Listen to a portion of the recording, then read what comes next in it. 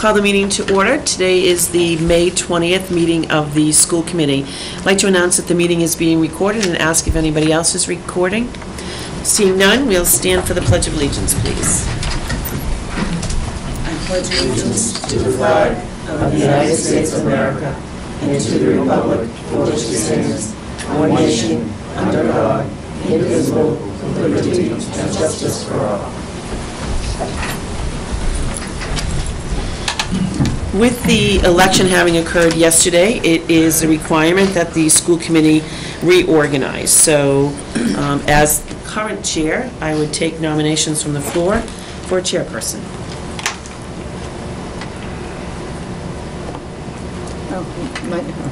I'll nominate George Scobie. Okay.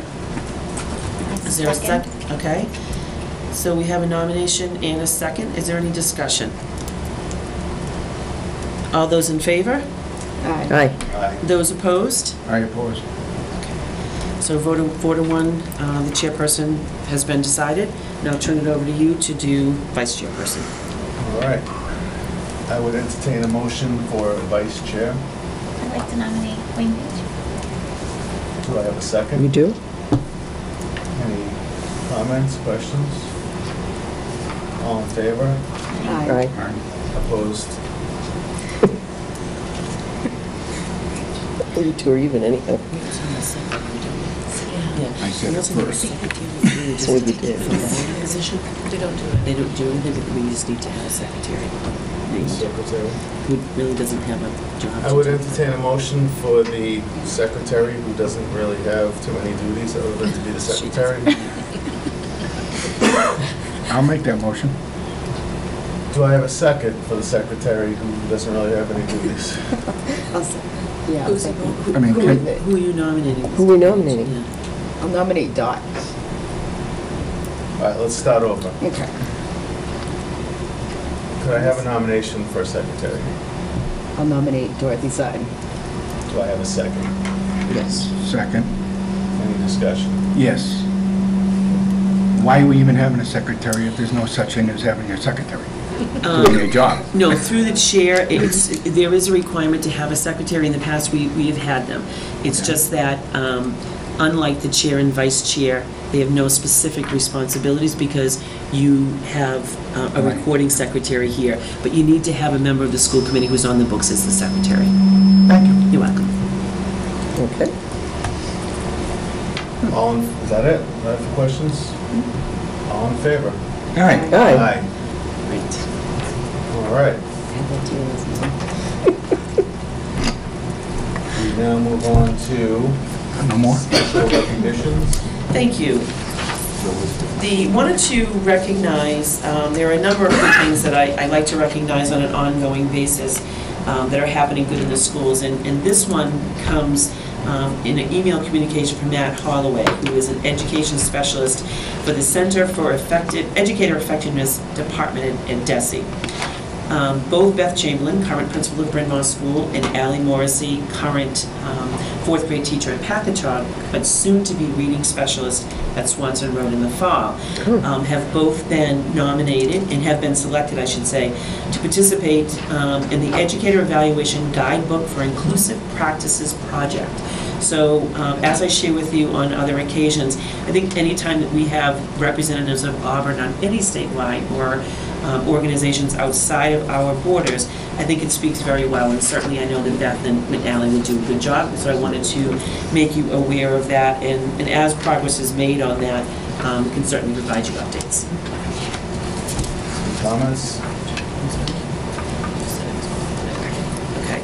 The next recognition is for those of you who were able to attend the Legally Blonde production that Auburn High put on several weeks ago now. We were informed by Ms. Ginny Bailey, who is the musical director of Legally Blonde, that two students were nominated. Renee Warren has been nominated as a Best Supporting Actress for her role as Paulette in Legally Blonde, and Ed Lindham recognized for his portrayal of several different character roles in this year's production. And this is the Tammy Awards, and as noted in here, these awards are based off the Tony Awards recognizing excellence in high school musical theater. As noted from Ms. Bailey, the competition is fierce with over 30 schools participating, many of which have full-time curricula drama programs with large budgets. So we are truly excited for both of their nomination, and I can attest personally to the phenomenal job that all of our students did, but certainly these students stood out. So we wish them well, and I will keep you posted. Comments? I wish I'd been able to see it. It sounds like it was an excellent production. It was. We now move on to the superintendent's report. As you know, I've kept you apprised, we have some administrative changes that are upcoming this school year, and I have shared those with you as determinations have been made. If I could have Mrs. Stanek go to the podium, it is my great pleasure to welcome Jennifer Stanek as the new principal of the Packagug School. If you'll remember, Mary D. Stone, the K-1 and 2 students, will transition to Packagug. And we're very fortunate to have Jennifer joining our leadership team. She comes as the assistant principal at Leicester Primary School currently. She has a wealth of experience at the primary level. I do want to recognize and thank, it was actually a two-tiered process that we always go through. We first had a search team, which included from school committee, Mrs. Jessie Harrington. We had parent member, Mrs. Johnson.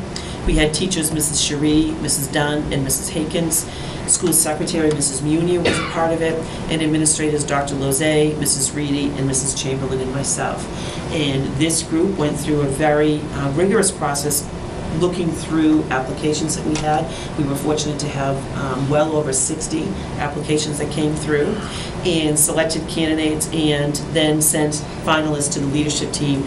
And all of us agreed, leadership team and interview team, what a great candidate we have. So it's my great pleasure to welcome Jennifer aboard. Thank you. I'll tell you a little bit about myself. I live next door in Rochdale. I've been married to my husband David for over 20 years. We have 2 great kids. Our daughter Amanda is finished her sophomore year at Endicott College in Beverly, and our son Ryan is finishing his junior year at Leicester High School. As Dr. Brunel said, I have been in elementary education my whole career. I have taught first grade for 14 years. I taught second grade for 4. And I have been the assistant principal at Leicester Primary School this past year. And I am thrilled to lead the staff and students at Packagug in the fall, and thank you for this opportunity. Excellent. Any comments? Well, welcome to Auburn. We're glad we could steal you away from Leicester. Thank you. I'd just like to say welcome to Auburn too, and congratulations going through all the people you went through to get here, and you couldn't be walking into a better system. I am thrilled and excited. I want to say thank you. Thank you. Welcome. Thank you. Well, thank you very much.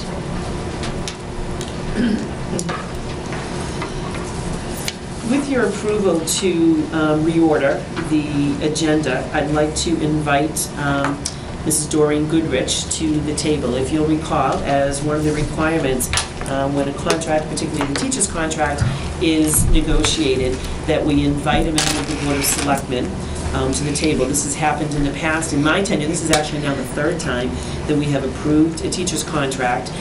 We had Ms. Goodrich the last time, and then Mr. Valentine was a member that did so back in 2006. For those of you, I think, Mr. Page, you may have been the only one on the committee at that point. As you know, I've apprised you along the way, but in terms of the AEA contract, I want to thank the teachers and their leadership representation for their collaborative efforts and hard work in getting this contract resolved. There was full recognition on both sides that while there is never the opportunity to fully award teachers or any staff members, I include all staff members, in terms of a percentage increase that really fairly represents how much we appreciate the work that they do and their efforts. And it's because of their work, the entire team's work, that we're realizing the gains that we are as a school district. They did agree to increases of 1.5%, 1.5%, and 2% over the 3 years. We did make some adjustments to the Appendix C values. Those are the values that teachers are paid stipends for work that they do beyond the classroom. Those really had not had a thorough look through for many, many years. There had been some piecemeal review that had been done of them, but really tried to better represent the time and hours spent in those different roles and equate a stipend to that. We did add in a fourth night that teachers will come back, and we're hoping to, we'll plan that as a leadership team, but likely to have parent-teacher conferences at night as another opportunity.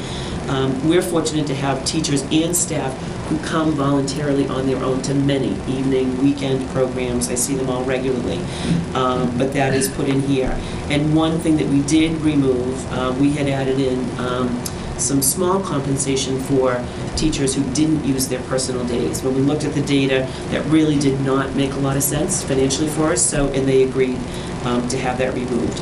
We did look at educator evaluation. I commend the teachers, all of our staff. We really have been out in front on the educator evaluation for a number of years, starting back with Kim Marshall several years ago. But we put to writing what they could expect on a minimum and maximum basis, and that way, so there's an open transparency and communication. So it is my recommendation that you approve this contract, and I would be happy to answer any questions if you have them. I would entertain a motion to approve. I'll make the motion to approve the teacher's contract for the next 3 years. Do I have a second? Second. Any discussion? Just one question, do we end up putting the coaches back in Appendix C, or? We did. Oh. We did. That was one of the requests, so the athletic stipends are now part of the contract as well. Yes.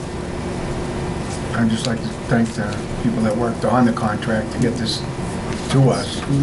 Thanks for doing a good job. Thank you. And I will state that the AEA has ratified this, and we have signatures, so assuming if you approve, we have it ready tonight for signatures too. Excellent. Any other questions, comments? All in favor? I was just going to comment that I'll abstain from the vote, but I'm here to sign the page, just because we haven't been involved in the process or seen the contract. It wouldn't be appropriate to sign a document that we're not aware of, but understanding the process, I'm here. I'll abstain from the vote and sign the document. Excellent. Thank you. Thanks for coming tonight. Thank you. All in favor? Aye. Aye. There's a vote. Thank you, and I will share that with the teachers tomorrow. We will all be excited. Thanks. Unless they're watching TV. Yes, so actually, if we want to, if through the chair, if that's okay for her to sign these Absolutely. two? Okay, and maybe if you will, do you need a pen?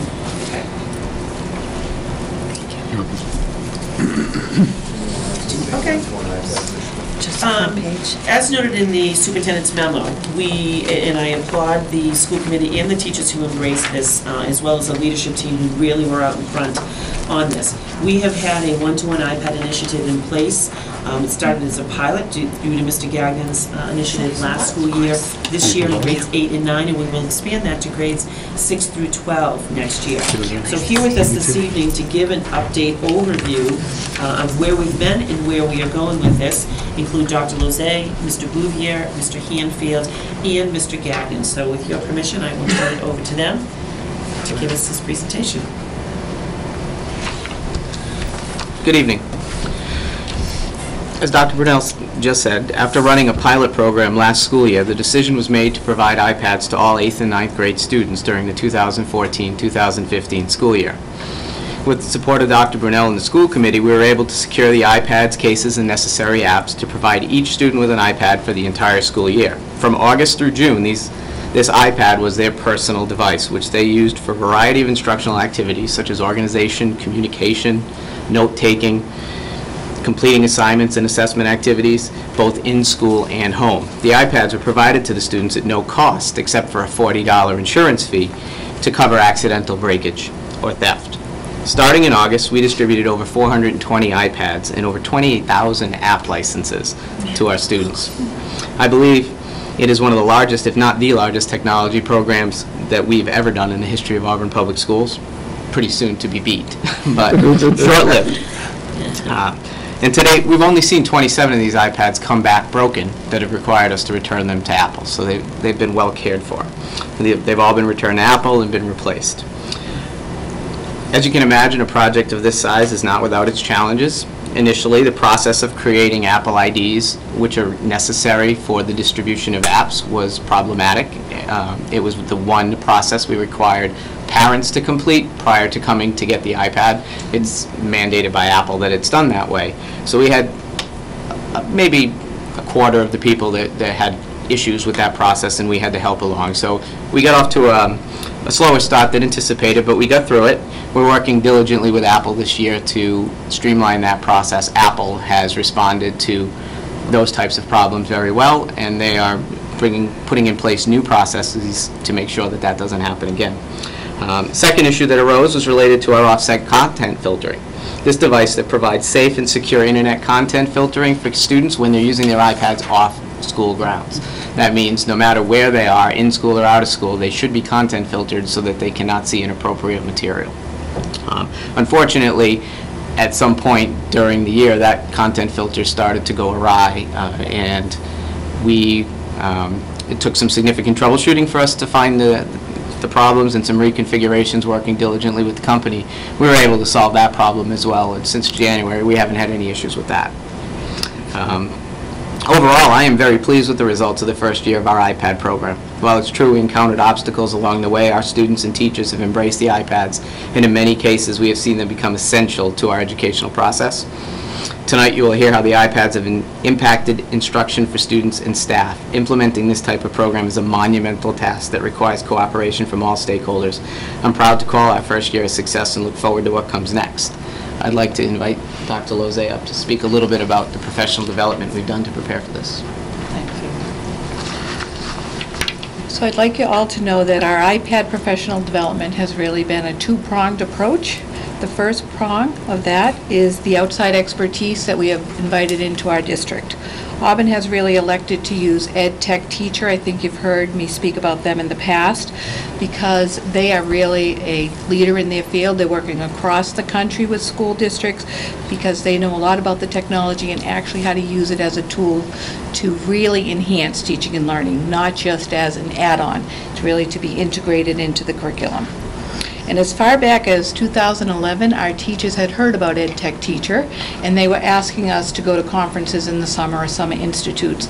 We began to pay some of our teachers to go out to those, and we realized, why are we sending them out one or two at a time over the summer?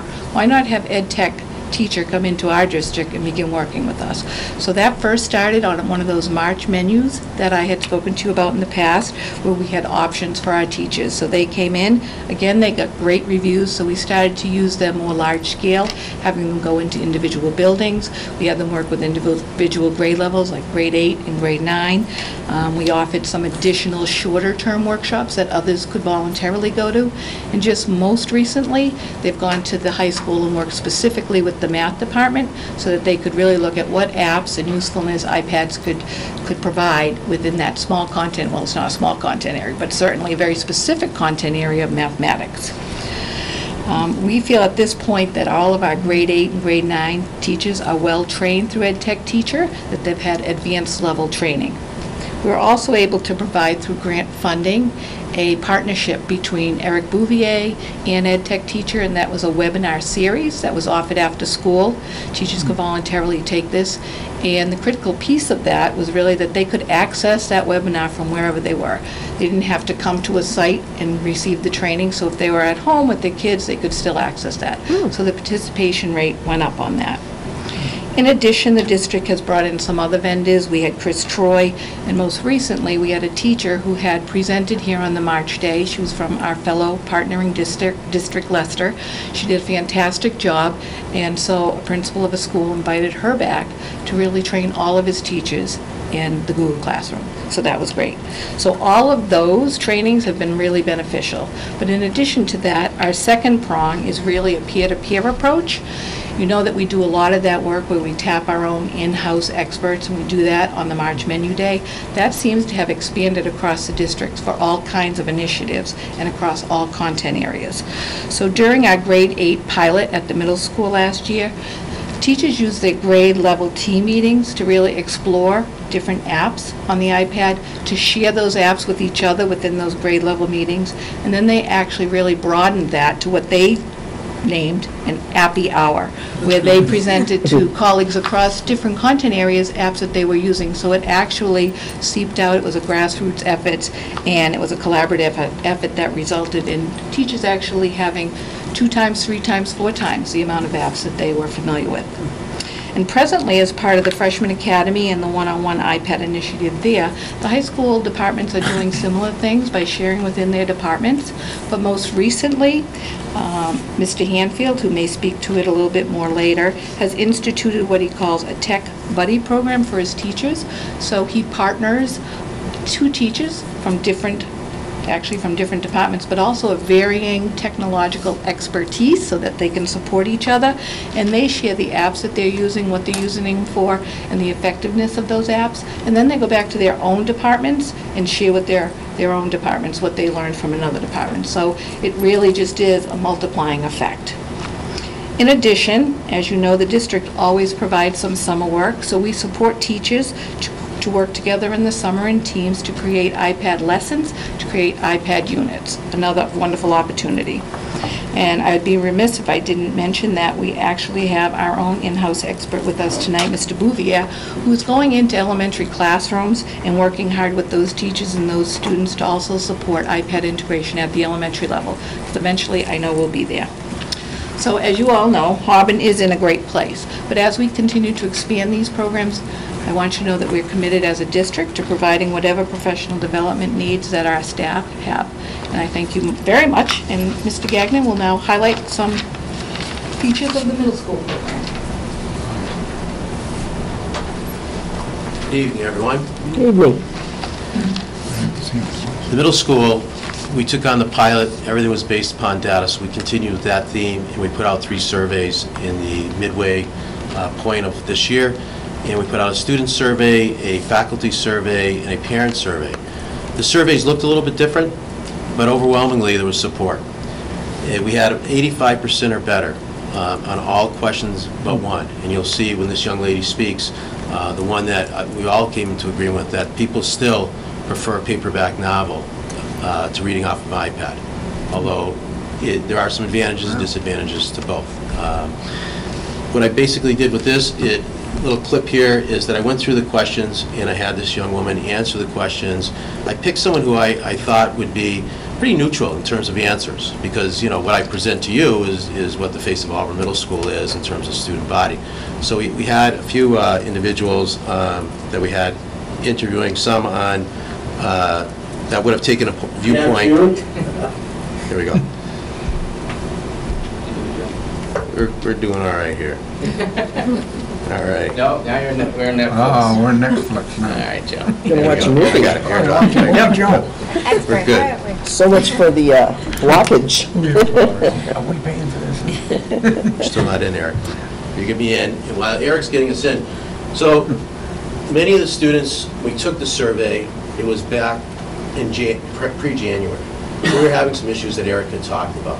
And really it was just the content filter was having us drop the Wi-Fi. So it took a while to discover what that was. But once I got back on track, we're in great shape. We're in great shape now. So I'm just going to play this for you, and we'll go through, and you'll see what this young woman had to say about this. This is the single, another picture, Joe. Yeah.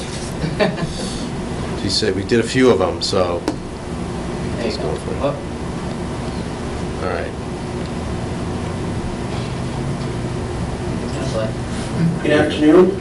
I'm Joe Gagnon, principal of Auburn Middle School. I have with me today Corinne Oliver, student at Auburn Middle School. And Corinne and I are going to have a discussion about the iPad student survey that we sent out, because I wanted you, the school committee, to see, the person behind the questions, some of the drafts of the survey. So, Corinne, do you think you're more efficient completing your assignments using the iPad? I do, because it takes longer to write them out, so when you're typing them, it takes less time, so you can just do as much as you want, and it won't take too long. Good, thank you. You think you're better organized using iPad in the classroom? It depends. Before I had Notability, everything was all over my iPad, but then the app Notability really helped me to organize my things into folders, and it helped. Would you recommend Notability going forward? Definitely. in the program? Good. So Notability, there are several different organizational writing apps. Notability is one we utilize in the high school after some trial and error. It's the best app. Hard copy. Sometimes it can be hard to do it on the iPad because you have to keep transferring from one screen to the next, so it's good to just have a hard copy right there so you can refer to the text while you're doing your work. What about books for pleasure, like paperbacks? What's your preference? I like it better in paper just because you can just hold it there instead of having to get a headache from the words on the screen and everything. I agree. Yeah. I think you get, you know, I try to do both. I try to set an example where I'm not going to ask you to read a novel if I don't read a novel. But one thing I do like about it is you don't need a light on. You can put the white screen in the back with black letters and you got your light. So that's kind of cool thing about it. Do you prefer typing your assignments on your iPad versus an iPad, desktop, or handwritten? I do like typing it better because at first when you were typing, it was hard because you're not too good at typing, but through the year I can type pretty fast now, so I like because it gets done faster. That's great. Yeah. Do you think the new keyboards that we bought that are addendum to the iPads are more useful than the keyboard on the iPad? Depends on the assignment, I guess, because sometimes if you just want to like sit there and type and be standing up tall, then it's better to use the keyboard, but if you're kind of just inventing your homework or something, it's better to just have the iPad so you can just type it like that. With the thumbs? Yeah. Yeah, just like text. Yeah, exactly. It can be pretty fast, I'm sure. But we're going to have to get out an iPad. She's really good at skills, right? So, use the iPads. Do you feel like you're more an independent learner now, complete tasks and solve problems? I think so, because instead of asking a question, you can maybe just go onto your iPad and look it up, instead of depending on the teacher to help you answer the question. Good. So when you do that, do you use several sources or do you rely on one? I usually just rely on one. I should do more, but one usually just does it. Do you understand why you do more than one? Yeah. Yeah, okay, good. Do you think the iPad helps work with my peers to complete tasks and solve problems?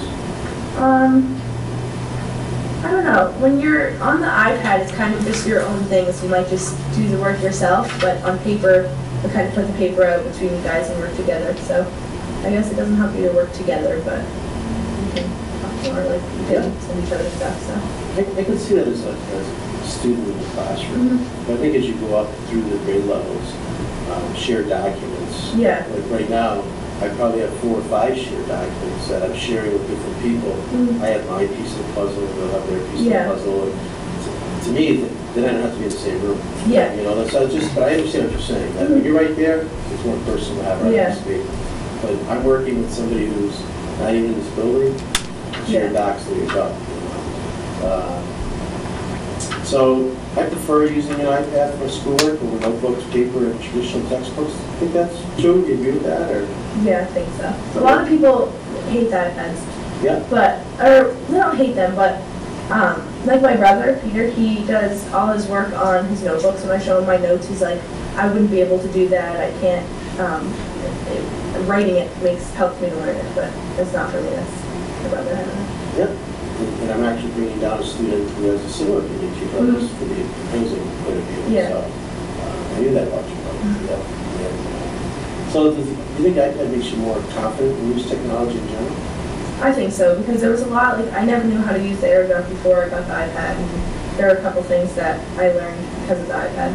Can you explain what AirDrop is? Because there are people watching. Oh, right. Okay, so AirDrop is, you can, I guess, drop a picture to a different iPad without an email. You can just send it electronically without going through email or anything. It is pretty neat. Yeah. What about printers, you know?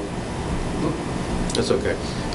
You just talked a little bit about printers and the availability where if you have a printer that's set up to receive a drop from, you don't need to connect to it. You can just connect right here. I could print down the hall in Dr. Lozay's office for a range in terms of getting that done. But as you can see, you know, Ms. Oliver did a great job in answering the questions and very honest in going forward. So that's my presentation. If you have any questions, certainly. Any questions, comments? I have a question. Has this changed the face of group work, really? Like where the kids are coming together for group work, are they doing it more on their iPads from home, or are they still I would say it depends on the project. So when there is group work assigned, they'll work collaboratively with the iPads, and just like we had talked about in terms of, having the students know how to utilize shared documents, they email their teachers questions, so it doesn't really affect the face of it. There's still a lot of, hybrid in terms of the classroom. There's still a lot of teacher interaction. This doesn't work in a classroom without the teacher and without the students cooperating. It's not a substitute for good teaching, that's for sure. And face-to-face interaction. Face-to-face interaction, right. So, Dr. Lozay had mentioned earlier, without that teacher professional development and putting us in place, the teachers had in 8th grade these in their hands a year prior to them, at least 6 months, prior to them ever teaching a lesson, and professional development to help them, advance those lessons. So there was a lot of preparation prior to, so it has worked out very nicely. We learn more and more as we go. Any further discussion? I'd like to be back in school so I can learn all this too. Well, I'll tell you, all the way from our newest staff to our most veteran staff, myself included, we learn more and more every day, and everybody's a willing participant in embracing this. We talked about happy hour. I put that forward. Teachers volunteered to do it, and they taught each other, which was great. We're still utilizing that. So as we go forward, 7th grade received their iPads, and 6th grade beginning of this year. So we're in place right now to go forward with the full one-to-one. They've been utilizing them in the classrooms, although the students don't have them other than with card usage. They still utilize the iPad themselves for lesson planning. As we go forward next year through 6th, 7th, and 8th, the 8th grade are going to be the veteran, the people we call to help us out. 7th grade, a little bit more adept than 6th. And 6th grade, we're really going to slowly and carefully roll this out with our 6th grade students and faculty. And then more apps for 7th grade. And then by the time they get to 8th grade, they'll have, a good repertoire of apps that they'll be familiar with, utilizing the tool. And when they get up to the high school, they have, as many things. When they get to high school, it's more free range, more choice, because they're young adults. Sure. So that's how we're rolling it out. Awesome. Thank you. Thank you.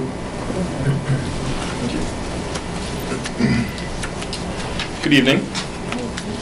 Good to see all of you. Good evening. So to piggyback on what Dr. Lozay and Mr. Bouvier and Mr. Gagnon has said, so at the high school, as you know, we this year started a freshman academy, and one of the key components of that was 21st century skills focus and the delivery of hybrid instruction via our iPads. In just a few minutes, I'm going to introduce you to Eric Swedberg, one of our teachers in the freshman academy, who's going to show you from a teacher's perspective what our students are seeing, not only here in Spanish, but as an example of what our students are seeing and doing in history and in math, etc.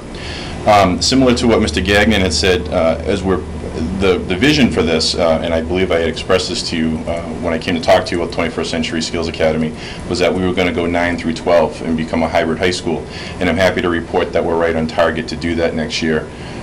Similar to Mr. Gagnon, our teachers who were not in the academy this year had iPads in their hands in August. They had been receiving professional development through EdTech Teacher through the fall, and then been informally working with each other throughout the school year. And then, yes, as late as yesterday, or as recently as yesterday, we launched our Tech Buddy program, where essentially I took the 30 or so teachers involved in our freshman academy and paired them up with our faculty that I wouldn't necessarily say lacked technological know-how, but could have benefited from seeing how it worked in action this year. And the feedback was terrific. I shared some with Dr. Lozay from some of our teachers who participated in it, and they're eager to do it again very soon. So we're excited about that. Our kids right now have been working throughout the school year on becoming literate in iPad function, and they're working right now on their culminating projects for the end of the year, which is to take a particular problem or project in each of their content areas, and they are creating digital portfolios that shows their mastery of 21st century skills throughout their freshman year. They're doing little little mini projects in each of their content areas. And when we come back in the fall, I'd love to bring some, and probably the students who did them, bring some and show you their work. I've seen the skeletons of what they're doing right now, and they're absolutely just terrific. I'm so proud of the work they're doing, and so proud of the work that our teachers are doing with them. So I think I'll just pause on that. I'd like to introduce Mr. Eric Swedberg, Spanish teacher and our head baseball coach, and he's going to come up and talk to you about if this was his classroom, this is what you would see, and it's terrific, and an example of what they're seeing in all of our classes in the Freshman Academy. Thank you. Thanks for having me. So I've toyed around with Google Classroom. However, this is sort of like what you'd see today. I use PBWorks. Just allows for a little bit more application integration, more authentic output, things like that. So this is my syllabus and homepage. So I don't print out the good old syllabus anymore. And this dawned on me probably 5 years ago when the copier was, jammed on day one. I said, oh, I should probably make a wiki space instead and put my syllabus there. And so, I don't know a syllabus where you can embed videos, talk about homework, tutorials, things like this. So that is my syllabus. It has my Socrative room number, has my email, things like that. It also branches off into all 4 courses I teach at this point, and we have our book on the iPad. So this is the teacher's edition, which is, I think a good idea if kids are going to do their own work. And so every kid, although we issue them a book, has access to the PDFs of the pages, and really all they need to bring is their iPad, and they can open it in Evernote and write on it if they wanted to. And so this is Evernote, and it's what I have. I haven't been given Notability yet, but so yeah. So and it's sort of a neat thing, and we could do this with a worksheet. So we have worrying about paper and things. I have all my PDFs. All the worksheets are scanned or in PDF format on the website, and so the iPad acts as if it is a worksheet, and the kids can write on it all they want. And so you see that, and you can save it as a file. So. Excuse me, Eric. Yes. So how do you respond to what they're writing on their iPad? Do you get to see it at some point? Or? I would treat it just like a worksheet. So you have to look at their iPad? I would circulate, of course, yeah. They could submit it to me, if they wanted to, over email or in Dropbox, Okay. or through Google Classroom as a PDF, or a bunch of different ways. Thank you. So, yep. Okay. So, just to look at what we might have done today, which is what we did today, I did create a folder for you if you had more questions. However, so in Spanish 3B, just to see this in real time, you have my plan book is literally public. It's my Google Calendar, and it's embedded into my website. So you would think that kids would know what's going on every day, and so I can ask them, and they know. Well, they'll look it up and they'll tell me. So, because I've done the work to fill it in until the end of the school year at this point. Hopefully there's no snow. And so we have what we've done today, and let me just click on the folder I made for tonight in Pages and Files. It's called SC, if you can guess what that means. The reason why I like this site, it's very it's mobile friendly, so it looks exactly the same on a PC.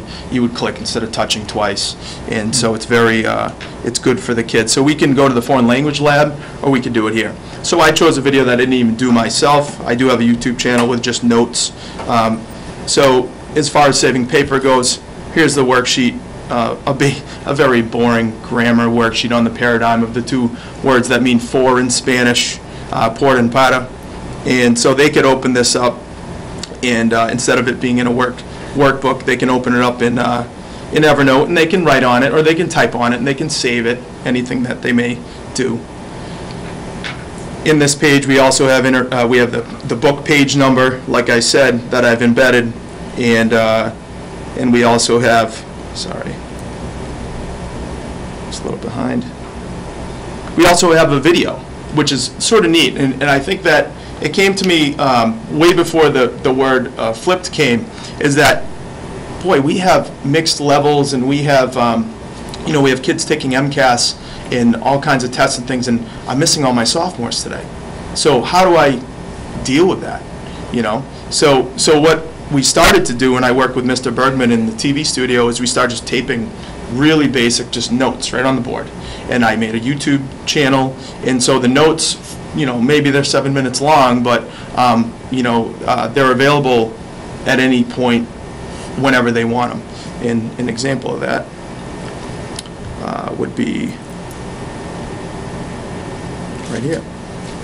So this is just me using my smartboard, and it goes through my YouTube channel. Okay, we're going to talk about the imperfecto. Let's go. Past, imperfect. Now, the word imperfecto, the imperfect, indicates what the tense is all about. It's the past and so, maybe 7 minutes. No, I think I try to keep the videos below 7 minutes because the average kid can't, the attention drops. But I think there's something to be said about when we go into the foreign language lab, or when we look at the iPads, is that, maybe you have a class of 30 kids and not one kid is on the same point in the video. And so that's really important as far as differentiation goes. Maybe one kid, hopefully the kid pauses it to reply to a text message, or maybe they pause it for a second to write down a note. And so that's not happening in real time. So I think that really lends itself well to differentiation too. And they have to be on task. From here we can do all kinds of interactive practice. Any subject will have incredible resources online that have usually instant feedback. This is a site, we use numerous sites that give us instant feedback. So the kids, if they want to do their practice, they can. There's always fun stuff you can do. Here's a little video of me. It's called the helium booth, and this is a. It's okay. It's okay. It's okay. So it keeps going, but of course, to pop in a little 15-second video, it keeps the kids saying, "There's a little surprise there for you today, and it's related to what we're talking about, and I hope you enjoy it. I put myself out there for you." Next thing you know, they're phone over it, recording it, set it up. But as far as what can we do with these things, so that may, I have plenty of more examples. Some output. So we have kids that know how to use iMovie well. We have kids that know how to use YouTube. It's really not hard. And so these are all visual representation of poems. They use an iMovie, which comes with the iPads. They're using YouTube. They're using just their camera roll to record. It's really neat and so authentic. If you look at the kid representing a poem visually, with guiding questions and key terms and things like that. This is one by one of our really good students, Megan McQuarrie, and it's a Borges poem, my favorite writer. But you can't do this in, on paper.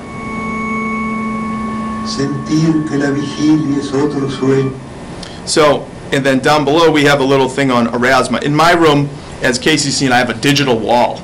So, sort of to take the authentic output to the next level is kids can do things like QR codes.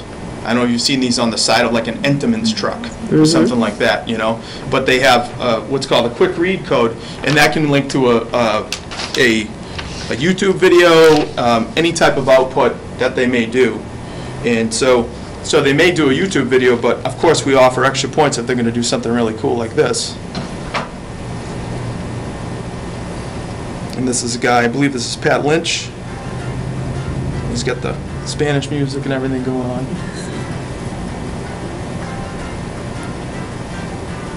A mí no me gusta escribir nada. He doesn't like to write at all. That's fine. So that's why he likes to sign. We also have, so this is really neat. This is called Erasma. This is an image recognition program. So you have what's called a trigger image.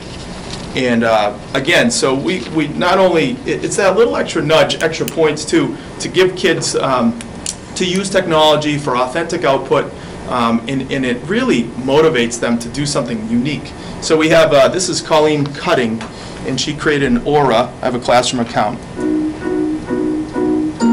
So it overlays a video over an image that it recognizes. If you took it off, it doesn't work anymore. Oh, pretty cool stuff. And it would just loop. Here's another one. This is not a morning person. So if I took it off, it's gone. This is a kid named Zach Taylor.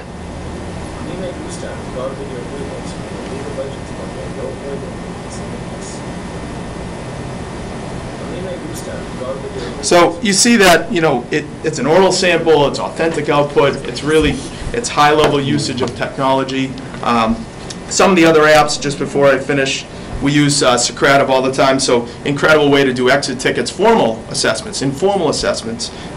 It gives you a score report right away. I use it 2 or 3 times a week, I would say. So this is what the dashboard that a student may see. But for a teacher, I'm hoping I'm signed in here. Teacher, as far as, no, you can start any type of assignment in here and see all kinds of cool stuff. And these are some other apps that I use, of course, Evernote, Pages. We use Prezi a lot. Show Me is a really neat tutorial type of thing. Educreation, same type of thing. Quizlet is incredible as far as flashcards and things go.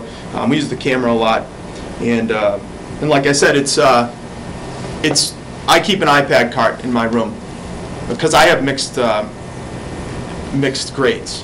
You know, I teach levels. So, but we use it every day.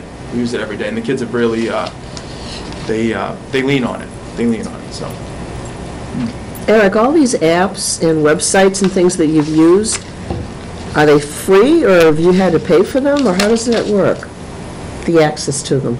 I haven't paid for anything on this iPad. Okay. And yeah, so, you know, like I said, Notability, yes, I believe it's $2.99, right? And but I like Evernote, it's pretty simple. And there are other apps out there that would work in its place as well.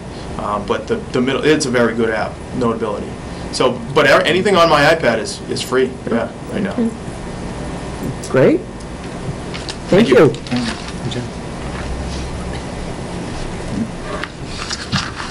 going to see whatever Eric does now. Okay, well, that was impressive. As we look forward to the future of this project and technology integration in Auburn, I'm happy to say that we have plans in place to expand our one-to-one program in the high school and middle school and to increase access to iPads at our other schools as well. Starting next year, all students in grades 6 to 12 will participate in the one-to-one program and receive an iPad at the start of the school year. This expansion of our program will allow us to reconfigure our current iPad carts and iPad inventory to ensure that we have one iPad cart available for every 2 classrooms at Swanson Road next year. That's great. We will also be providing an additional iPad cart at Bryn Mawr and Packagug School for a total of 3 per school to meet their increased demand. To recap, we will have one-to-one in grades 6 through 12, and essentially 1 to 2 in grades 3 to 5, and an increased inventory in K to 2. This is an amazing accomplishment in such a short period of time. By the start of the school year, we will also be ensuring that all teaching staff in grades 3 through 12 have access to their own iPad, which they can use to prepare lessons and enhance their professional activities. We will continue to support our staff with additional professional development and apps necessary to ensure the success with these devices. I continue to be very proud of the progress that Auburn has made in implementing technology, and is with the support of the superintendent, school committee, leadership team, faculty, and Auburn community that we are able to provide those types of opportunities for our students. I promise that Auburn will continue to explore new and innovative ways to utilize technology in order to provide the best instructional experience for our students. Thanks. I'll take questions or for anybody in the discussion. Gail? I'm just very impressed with everything that's going on. I really is something. Through the chair, just thank you again.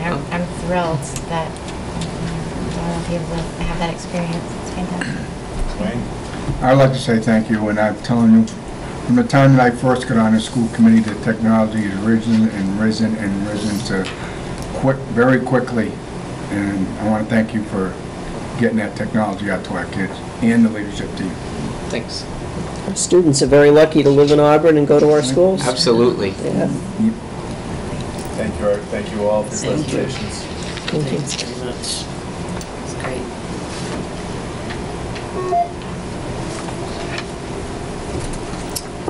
So following that great update, the next one that we have to share with you, Mrs. Janice King is here, and between she and Mr. Barber are going to provide to you a food services update. You had approved some changes earlier this year, and they have some good news to share. Yeah, it's towards the end of your packet if you want to pull out the materials, actually. Thank you, Dr. Brunel, and all the members of the school committee. Appreciate every opportunity we have to present information on our school nutrition programs. What we wanted to provide tonight was an update on our lunch participation and also the impact related to potentially the meal price adjustment that began on March 1st. And so I was able to prepare for you a diagram, actually some tables of some of our daily average lunch counts by month by school, and also taking a look at our lunch counts month to date. And I am very happy to report that in all 6 schools, our daily average monthly counts have been increasing since our price increase. So we're continuing to experienced some significant growth from January to April. Our monthly daily average counts increased 5.44%. And we're also seeing that first month after our price increase, we did achieve a 1.56% increase.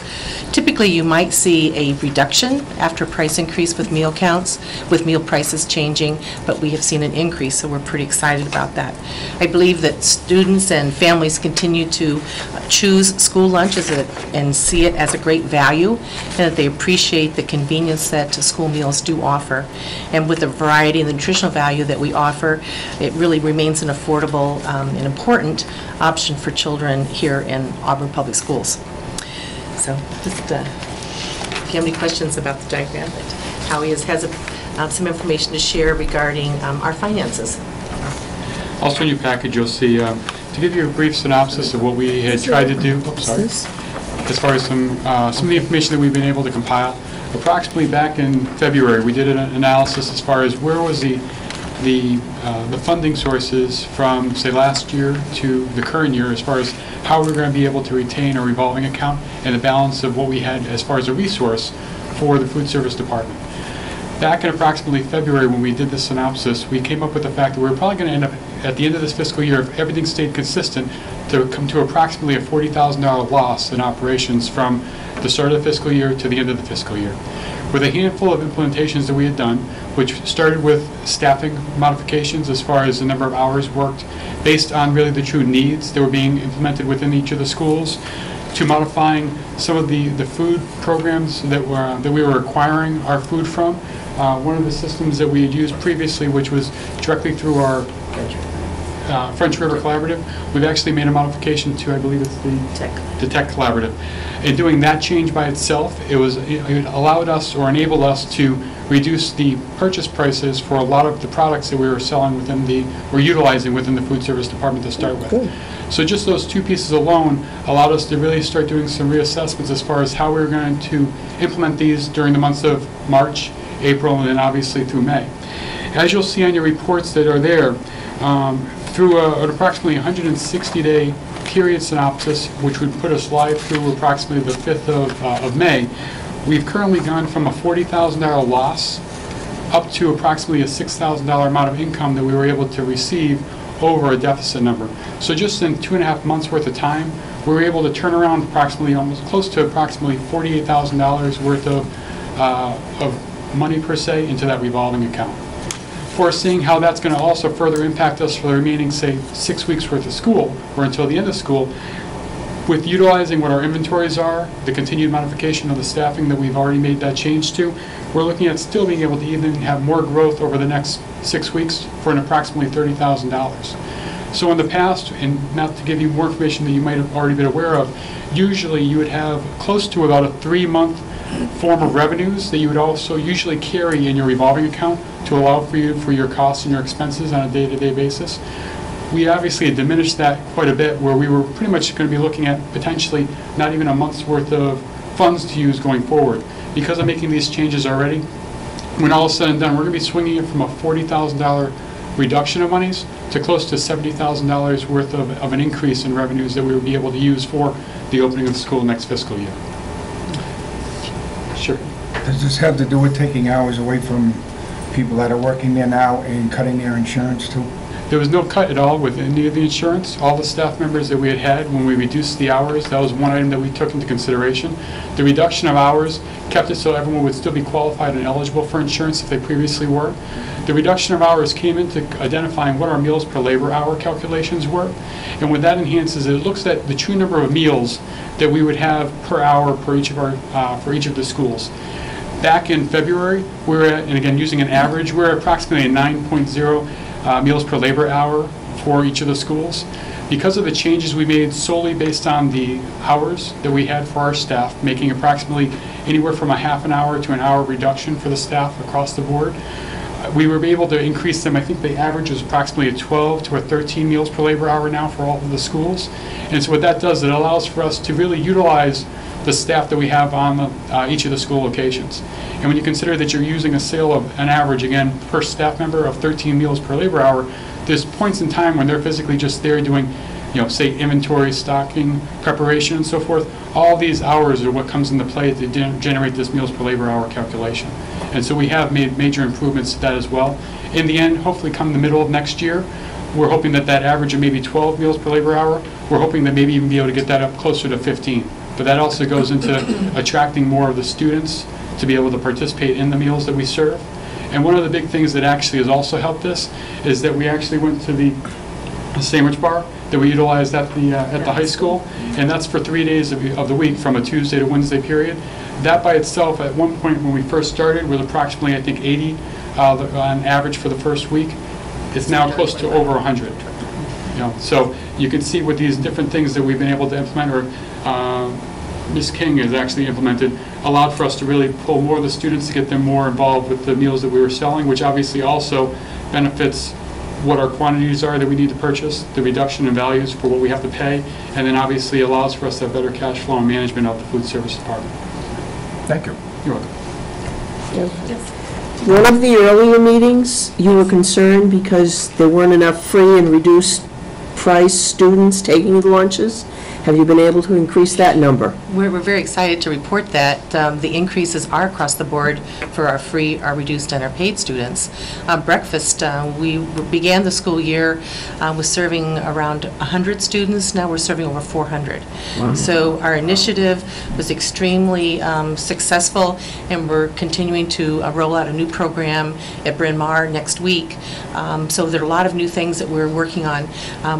Getting staffing aligned, to national standards with our School Nutrition Association is freeing up funds for us to be able to provide more programming.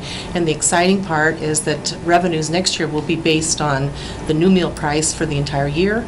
And so that, because no change is planned there, I think we're being very successful. We have implemented our Department of Defense produce program, which we started in March also, and that has freed up a lot of other additional revenue. We had a reserve of about $7,500 in our USDA allocations for food. So that, instead of purchasing it through our local vendors, unfortunately, but fortunately, we're able to use our USDA dollars instead of purchasing other products. I just want to especially thank all of our school nutrition staff. Everyone has been pulling together. It has not been an easy process to go through to reduce hours, and it's going to make us stronger in the long run. And I just want to thank them publicly for, and my appreciation is there for all the work that they're doing. It's very hardworking staff, and we have a lot of wonderful things to look forward to and a lot of great programs that are coming out.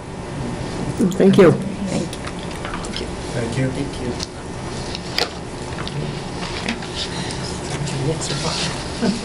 you. And if I may, with Mrs. King,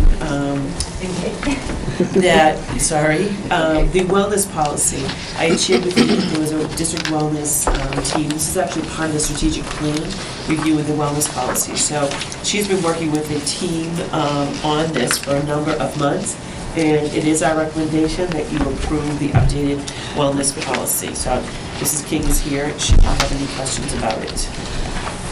I would entertain a motion to approve the wellness policy. I'll make that motion. Do I have a second? Any discussion? All in favor? Aye. Aye. There's a vote. Please pass along our thanks to Certainly will. to the team. Thank you That's very great. much, and we welcome Dottie, our school committee member, to our team. Thank you. And the final presentation for this evening, and I have Mr. Fahey here in case you have some questions. So as noted in the packet, with all of the upcoming transitions, and as exciting as they are, one of the things that we have been planning, and I give tremendous kudos to Mr. Fahey for his work on this and in many other parts of these transitions, but we will have some surplus furniture. The goal within the district is to keep the best quality items that we have. Obviously, the new middle school is going to come fully furnished with brand new furniture, fixtures, and equipment. But at the other schools with transitions, we're going to keep the very best of it. But much of, there will be some left over that has outlived its useful life. It really does not have a value to us. So with your permission, I will turn it over to Mr. Fahey to give a little update. There was a packet in there regarding this IRN recycling to really look to reuse this. Hi, thank you.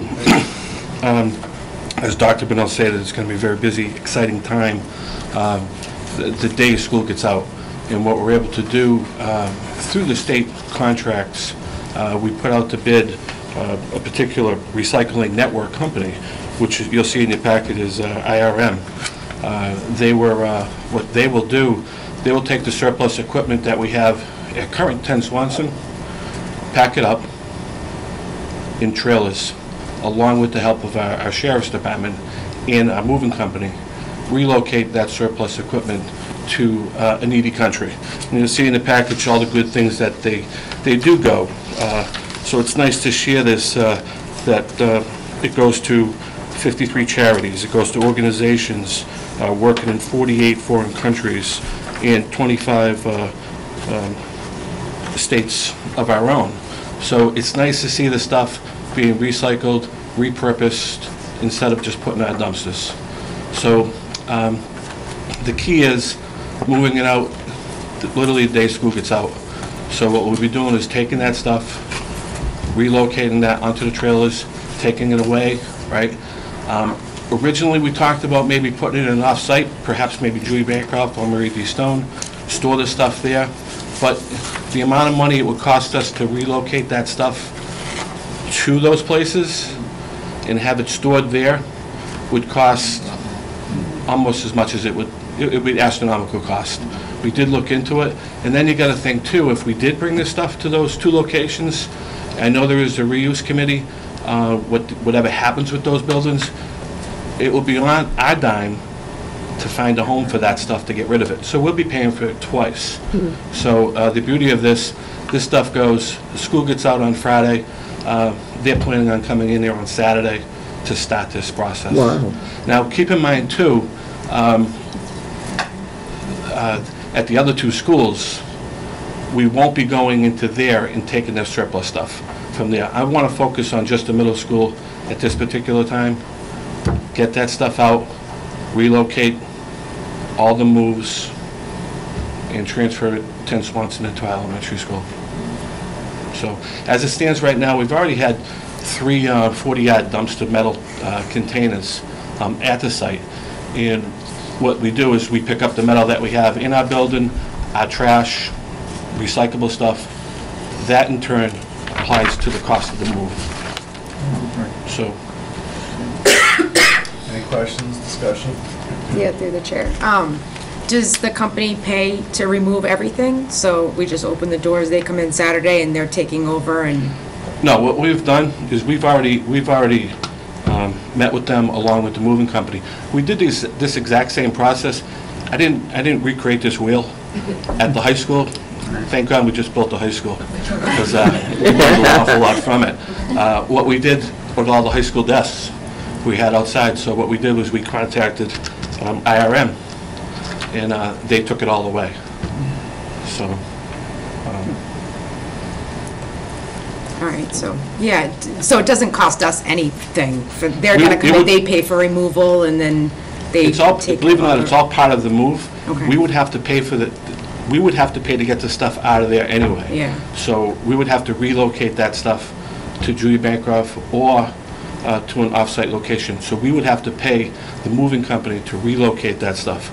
Then once it goes to that other location, depending on what happens, and this is all stuff, this isn't good stuff, folks. This is old classroom desks, you know, things of that nature. So we would relocate that, and then what we'd have to do, then we'd have to pay on top of that to get rid of it at the other place. So this is all included into the move. And a big portion of this, I believe the fund, it's like $63,000. That includes everything from soup to nuts. That includes taking the good stuff that's at 10 Swanson, the classroom supply stuff, relocating that to 9 West Street, and then it also takes into consideration all our other buildings. All right, thank you. So we're saving money. Oh, yeah. We truly are. So it's a great program. Joe, from a legal standpoint, what type of contracts are there? I mean, are there insurance binders exchanged? How does that all work? That's all, I can refer that to Mr. Barber, but that's all, it's all on the state contract. So it's, you know, PO process, contracts. We have a professional moving company on top of that that are loading it. This company, IRN, they're not bringing their own workers in here to do the move. This is the mover, Sisley Movers from Springfield has won the contract for that. Them, along with our prisoners, we've been guaranteed between 8 and 10 prisoners a day. For the Sheriff's Department, will be loading that stuff onto the trailers. As the trailers fill up, off they go. So no liability? No liability. That's great. Excellent, great job. Mr. Fahey, in essence, has utilized pretty much all the resources, especially speaking about the other resources of moving this, so that we weren't utilizing our staff and their staff time, nor were we actually subcontracting and actually having to pay for somebody to physically come in here and relocate. So with him meeting with the Sheriff's Department and making those respective changes too, he was able to utilize other resources as well, which then again reduced the overhead or the cost associated with relocating all these products. And that time frame is 2 weeks. 2 weeks, huh? For 4 buildings. Good luck. 2 weeks. It's very aggressive. You know, the moving company met with the head custodians the other day. We went over the sequence of operation. You know, they're starting to deliver some totes for us. More coming tomorrow. I'm actually meeting tomorrow with IRN at the middle school because, don't forget too, we're blowing up the kitchen downstairs. No pun intended. I've been waiting all night for that. Somebody want to cook anymore over there. So all that stuff, serving line, all has to go. Because we also have Antonelli Construction that are going to be knocking on the doors the following Monday because we've given them access to downstairs. So it's a real tight schedule. It's aggressive. It's an exciting time. Excellent. Great. Thank you for the presentation. You're welcome. Thanks, Joe. Oh, sorry. I would entertain a motion. I'll make a motion to approve the disposition of surplus furniture from the current Auburn Middle School under the direction of Mr. Vey, Director of Facilities, through IRN Recycling Network at no cost to the district. And I'll second that motion, okay? You did. Any You beat further me. discussion? All in favor? Aye. Thank you. Thank you. Through the chair, I want to thank Mr. Fahey for his work. All of those who presented this evening did an excellent job. I'm so proud of the work that's going on in the district. So I don't know if you want to dismiss them or not, Mr. Chair, but... I'm getting used to having a full room. Okay. Thank you all for your presentations. It was great seeing you all. Yeah, great job. That was great. Come again in a couple of weeks. Yeah. Oh, we will. Don't worry. The 6th of June. Let's seek approval of the regular meeting minutes for May 5th and May 11th. I'll make that motion that we approve the minutes from May 5th and May 11th. Do I have a second? Second. Any discussion? All in favor? Aye. It is a vote.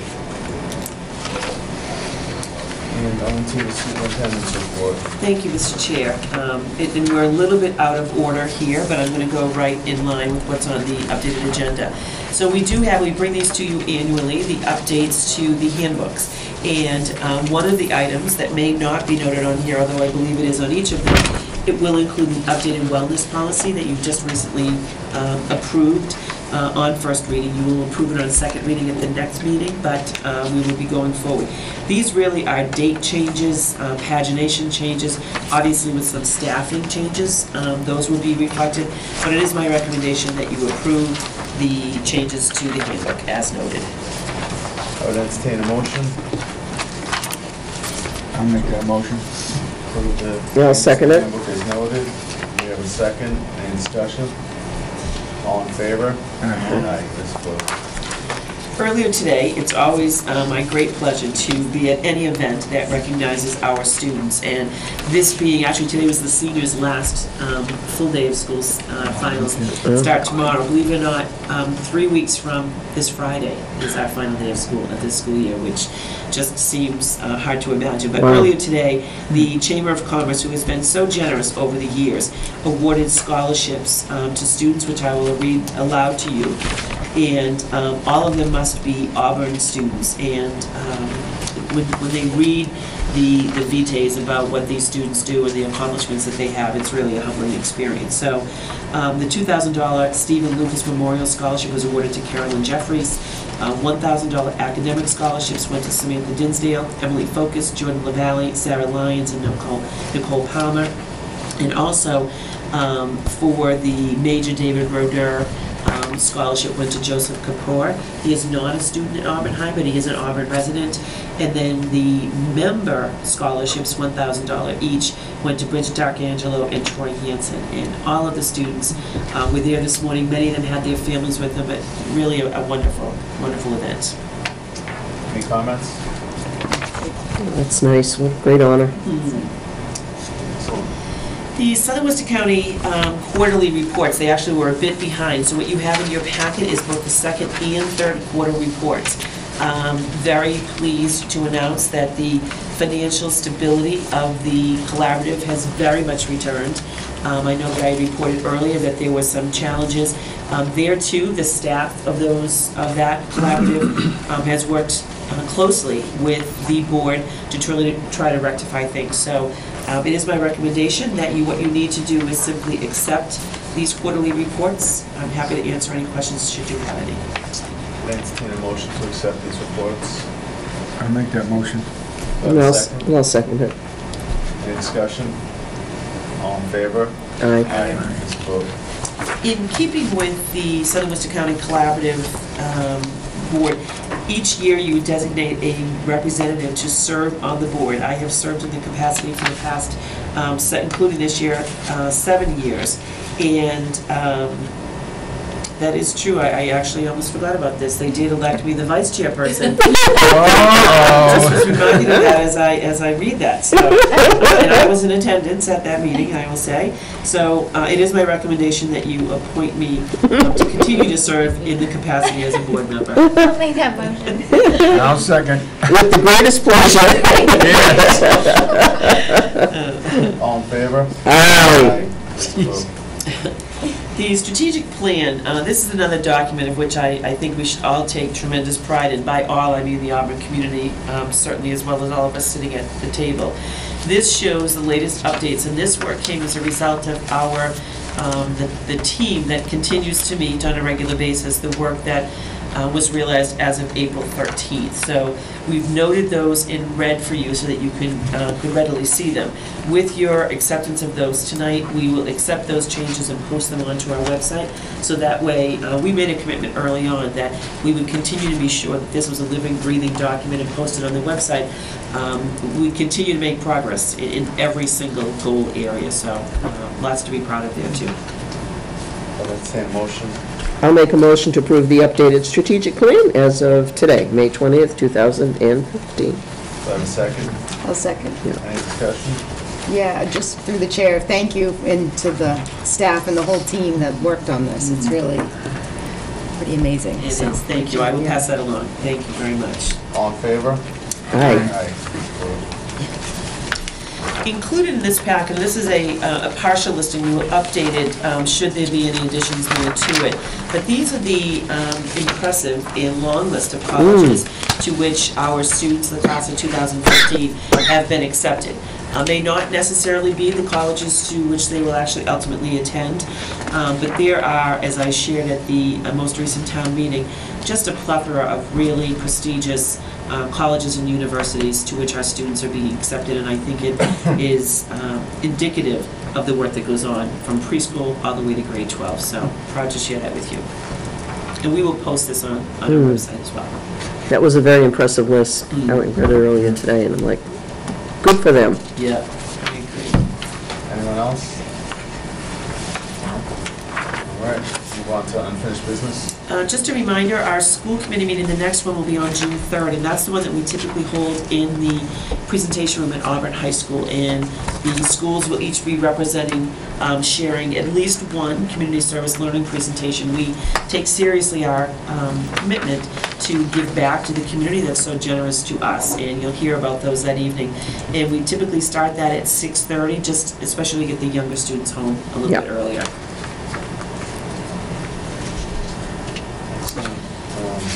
I would entertain a motion to begin that meeting at 6:30 on June 3rd. I'll make that motion. Do I have a second? Second. Any discussion? Yes? I will not be here June 3rd. Maybe. Maybe. All in Depends favor? on if the boat floats. Yeah. Vote. Norwegian Dawn it is, huh? If it floats. The next item is the superintendent's evaluation. If you can return those to the chairperson, and those will be compiled to be presented at the meeting of June 3rd. Sounds good. The class of 2015 graduation, as I said to you, today was the seniors' last day. Finals then begin. 1 week from Friday night is graduation, May 29th at Auburn High School. For those of you who have been there before, we'll start promptly at 6:30.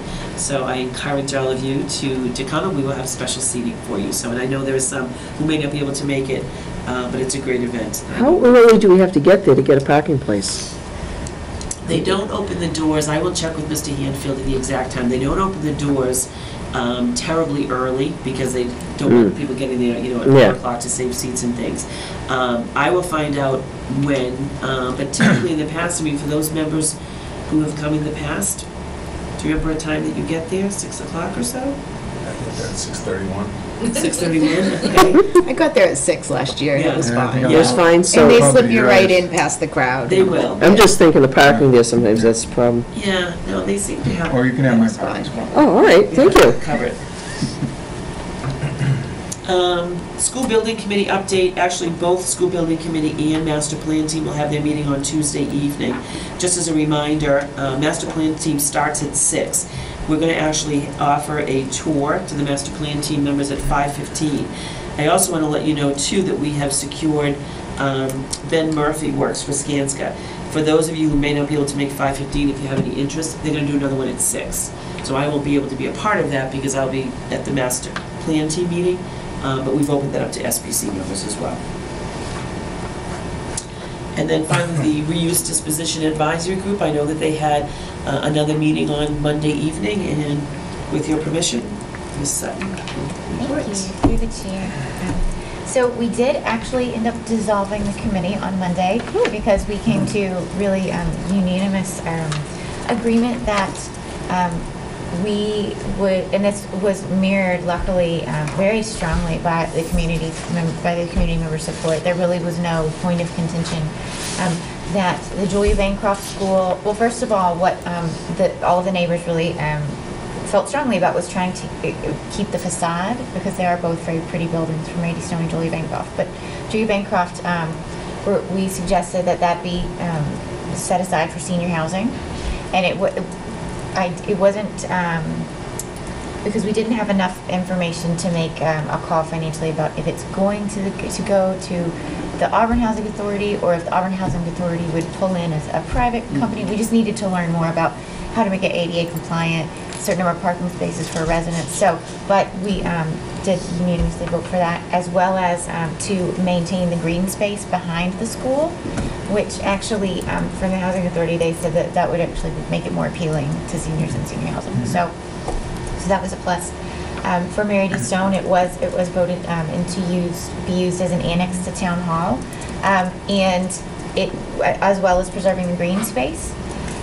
However, based on Matt Benoit's suggestion, it's actually going to go through a phased approach so that it does not cost the town an exorbitant amount of money over the first year. And so they would phase people into the current part that is ADA compliant in the back, so that over perhaps a 5-year plan, they could slowly get it up to code for each of the floors.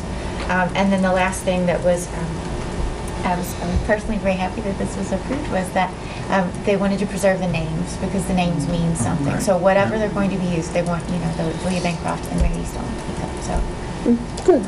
And then we dissolve, so there are no more meetings. But this will then go to the town manager, and I believe that whatever they do, if it has a financial impact, they'll need to approve it at town meeting. Excellent. Thank you. Thank you for the report. Any further discussion? Thank you. We now move on to new business. As noted in here, we've got Memorial Day programs. If you have any time available over the next couple of days, I encourage you to attend. Those are always beautiful tributes to the veterans, which I know we are all tremendously thankful for the freedoms that we enjoy because of their acts of heroism and great sacrifice. We'll move on to business and financial.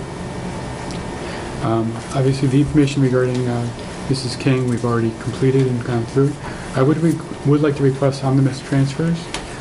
Being at the point of time that we currently are at the fiscal year, I'm requesting the approval for the final fiscal year 15 budget transfers, including only our operating budget only, to be put into effect for May 21st through July 31st of 2015. At that point, the new business manager will have the official ability of making those transfers in the financial and budget process at that particular point in time. Through the chair, this has been approval that you have granted over the past several years, and this would be done in close collaboration with Mr. Barber and myself as we work to clean up in these final weeks of the fiscal year. Is really to be sure to make transfers. We would, as Mr. Barber indicated, we would bring copies of those to you back at every meeting. So it is really just more about the expediency, because as things change, we want to be sure, and our goal is always to utilize any funds available. This year is somewhat unique. We want to make sure that our buildings are completely ready for the transitions, but also that we put money right back into the classroom so that it directly impacts kids. So those would be the areas that we would use it in, but you would get copies of those. Sounds good. Assuming you approve. Entertain a motion.